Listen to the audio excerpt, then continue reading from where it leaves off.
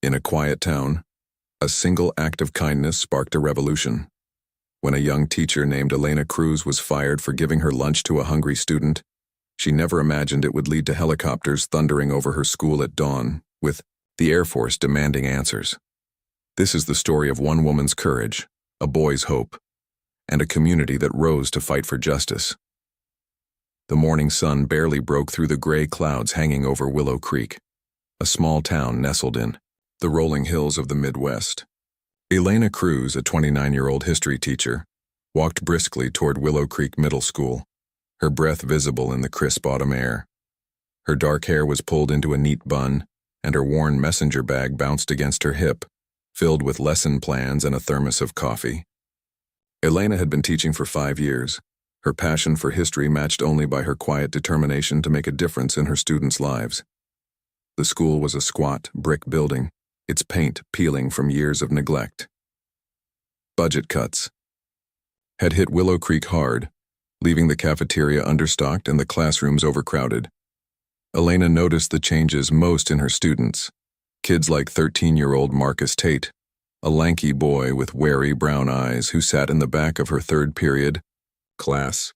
Marcus was new to the school, having moved to town with his mother Tanya after his father's factory job disappeared. Tanya worked double shifts at a diner, leaving Marcus to fend for himself most days.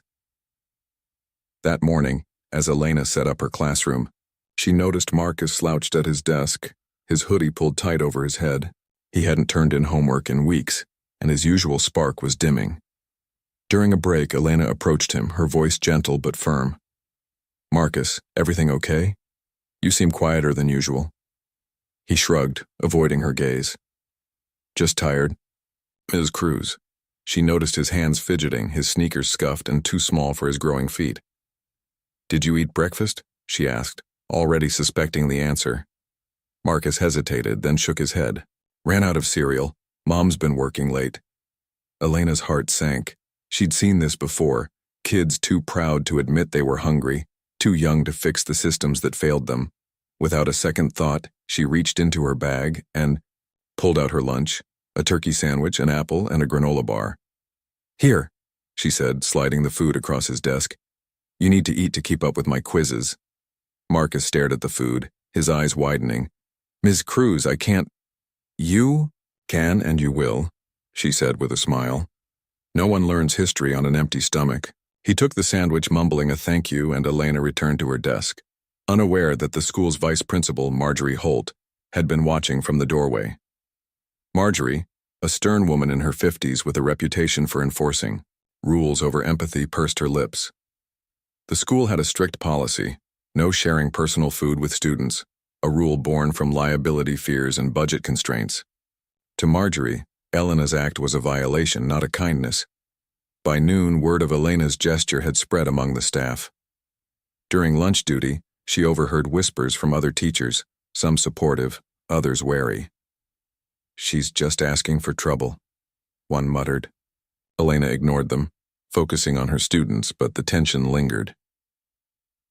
That afternoon, Marjorie called Elena into her office. The room was stark, with a single wilting plant on the windowsill. Marjorie sat behind her desk, her glasses perched low on her nose. "Ms. Cruz," she began, "your actions today were reckless. You broke school policy by giving food to a student." Elena frowned, caught off guard. "Marcus was hungry. I gave him my lunch. How is that reckless?" "It's a liability," Marjorie snapped. "What if he had allergies? What if other students demand the same? We have a free lunch program for a reason." "A program that's underfunded," Elena countered, her voice steady but firm. "Kids like Marcus fall through the cracks." "Wasn't going to let him go hungry." Marjorie's eyes narrowed. "This isn't a charity. You're a teacher, not a social worker. You've been warned before about bending rules." Elena's mind flashed to previous incidents, staying late to tutor kids for free, buying supplies out of her own pocket. She'd always pushed boundaries, but this felt different. "So what now?" she asked. "You're suspended, effective immediately," Marjorie said. "The school board will review your case tomorrow. I suggest you prepare." Elena left the office, her chest tight with anger and disbelief.